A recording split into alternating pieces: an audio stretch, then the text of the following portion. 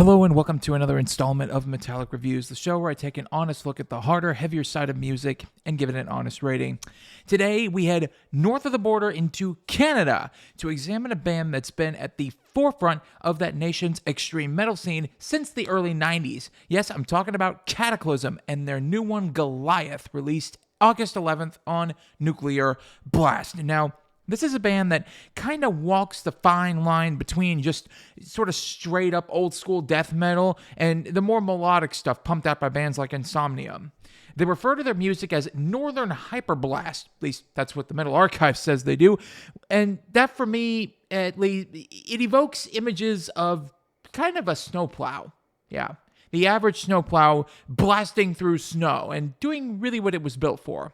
So, let's dive in and see if Kataklysm is doing what they're built for on this one, shall we? The first thing that strikes me about this album is just how straightforwardly structured everything is.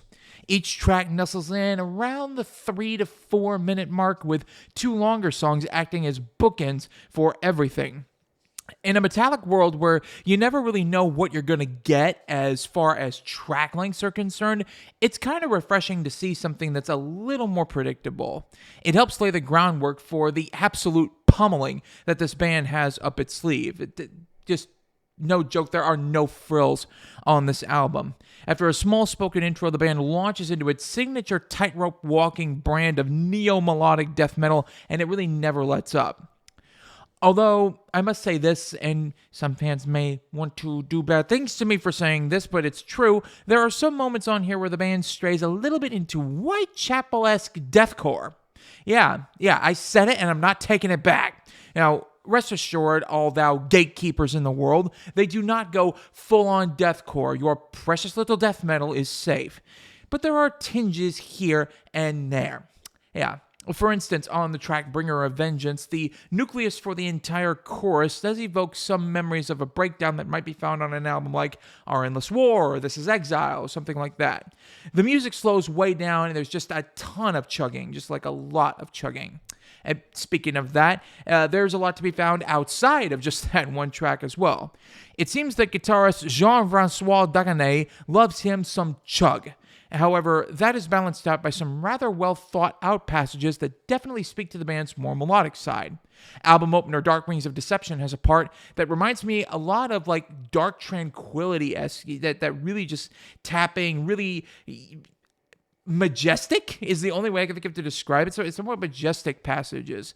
And then you've got the mid-album track From the Land of the Living to the Land of the Dead, a very long track title, with its At the Gates, Slaughter of the Soul-esque riffing, and terrific roundabout songwriting. There's a lot to like here, a whole lot to like about this album, from its terrific guitar work to Maurizio Iacono's incredible vocal performance. But I've got to give props to drummer James Payne. His work in tech death band Hour of Penance and old school death metal legends Vital Remains is all over this album. Now, I am a drummer, so I'm maybe a little bit biased, and I will accept that. But a tight performance is a tight performance, and Payne is absolutely on point throughout this record. His drums offer the perfect roadway for Dagenet's guitars and Stefano Barbe's bass to run along, pushing forward and pummeling in just the right way. Now, even though this is a definite Album of the Year contender, there are some hiccups that do need discussing. Firstly, sometimes Iacono's vocals seem just a bit out of place in terms of like song structure. There are times where it almost feels like he's rushing to catch up with the rest of the music. Secondly, some of the lyrics are straight out of the cringe handbook. I'm just going to say it. They are just, they discuss the cliche metal themes like fighting authority and various grave-related imagery and a dash of self-aggrandizement. But there are moments on here that are a little more awkward than others. The third and final strike against this album is that the two songs at the back end just don't quite measure up to the others. They're not bad. They're not bad at all. They're still good songs, but they just don't quite have that pummeling power of some of the other tracks.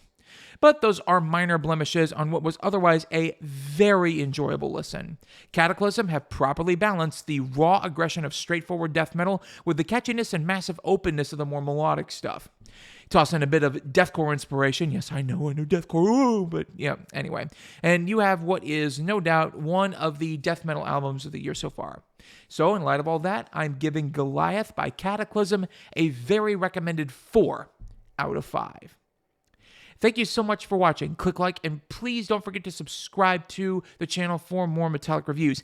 Next week, we have another paradigm shift. Yeah, 2023 has kind of been the year of paradigm shifts around here as we move to a more traditional heavy metal theme and look at Ghost at the Gallows, the new album by Spirit Adrift. I hope you join me. You've been watching Metallic Reviews, where I give honest ratings to honest music. I will see y'all next time.